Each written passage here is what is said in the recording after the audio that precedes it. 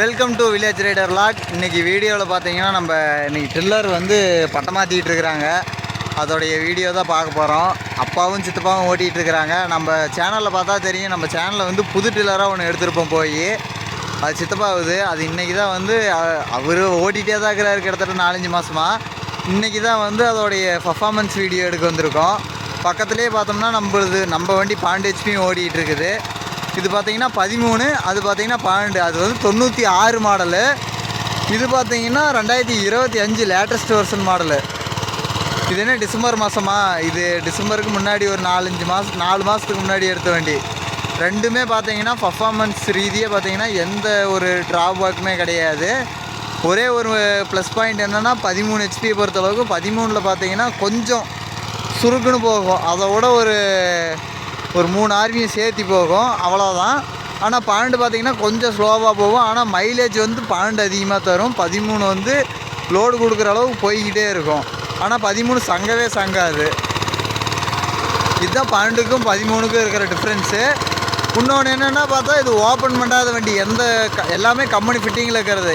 என்றைக்கா இருந்தாலும் சரி, ஒரு வண்டியை வந்து கம்பெனி ஃபிட்டிங்கில் இருந்து நம்ம பிரிச்சுட்டு போட்டோம்னாலே புகை தள்ளுறது, பர்ஃபார்மன்ஸ் டவுன் ஆகிறது, இந்த மாதிரி வந்து டிராக்டரில் இருக்கா இல்லையான்னு தெரில. ஆனால் டில்லரில் பார்த்தீங்கன்னா கண்டிப்பாக இருக்குது. ஏன்னா நான் வந்து டில்லரில் வந்து கிட்டத்தட்ட 5-6 வருஷம் அனுபவம். அதனால் சொல்கிறேன். எங்கள் சித்தப்பா வேறு பார்த்து சிரிக்கிறாரு, என்னமோ சொல்லிக்கிட்டே வரானே மகன் அப்படின்னு.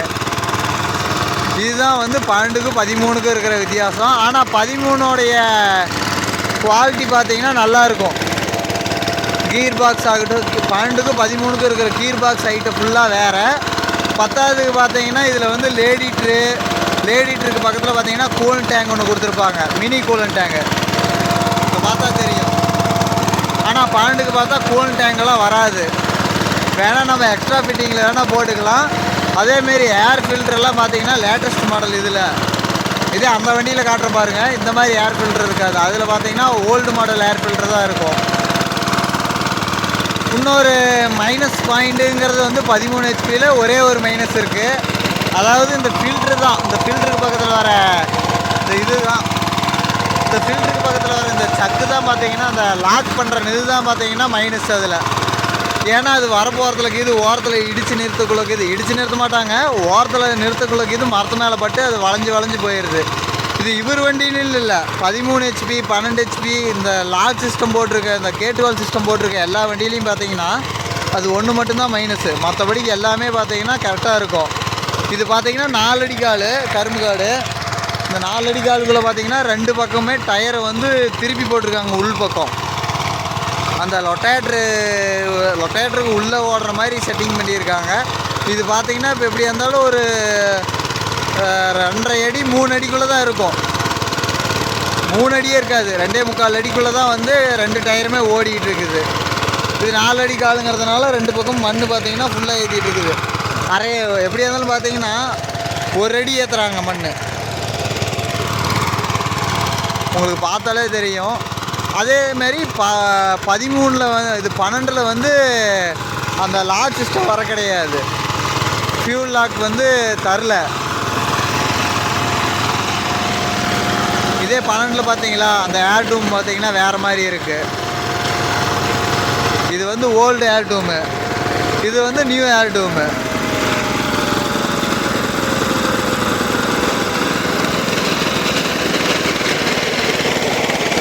இது பார்த்தா ஓல்டு ஏர் டூமு. இதில் பார்த்தீங்கன்னா அந்த டேங்க் இருக்காது. அந்த அதில் பார்த்தீங்கன்னா லேடிட்டு அந்த எக்ஸ்ட்ரா டேங்க் இருக்காது. அவ்வளோதான் அவசரமே. அதேமாரி இதில் வந்து இந்த லாக் இல்லை பார்த்தீங்களா, அது பாட்டு போயிட்டே இருக்கும். இன்னொன்று வந்து இதுக்கு வந்து கவர் இல்லை. அந்த ஃப்ளைவீலுக்கும் பெல்ட்டுக்கும் கவர் இல்லை. ஆனால் 13ல் பார்த்தீங்கன்னா ஃப்ளைவீலுக்கும் பெல்ட்டுக்கும் பார்த்தீங்கன்னா ஃப்ளைவீலுக்கும் ஒரு கவர் கொடுத்துருப்பாங்க, பெல்ட்டுக்கும் தனியாக கவர் கொடுத்துருப்பாங்க. இது பார்த்தா தெரியும். இதில் பார்த்தீங்கன்னா கவர் இருக்குது, அதில் பார்த்தீங்கன்னா கவர் இல்லை. அது பெல்ட் வெளியில் தெரிகிற மாதிரியே இருக்கும்.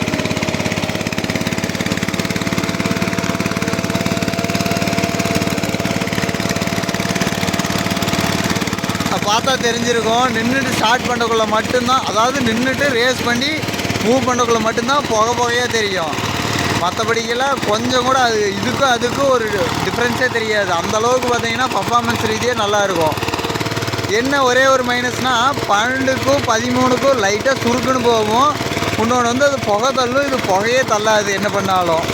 ஆனால் ஓப்பன் பண்ணால் 13 புகை தள்ளும்.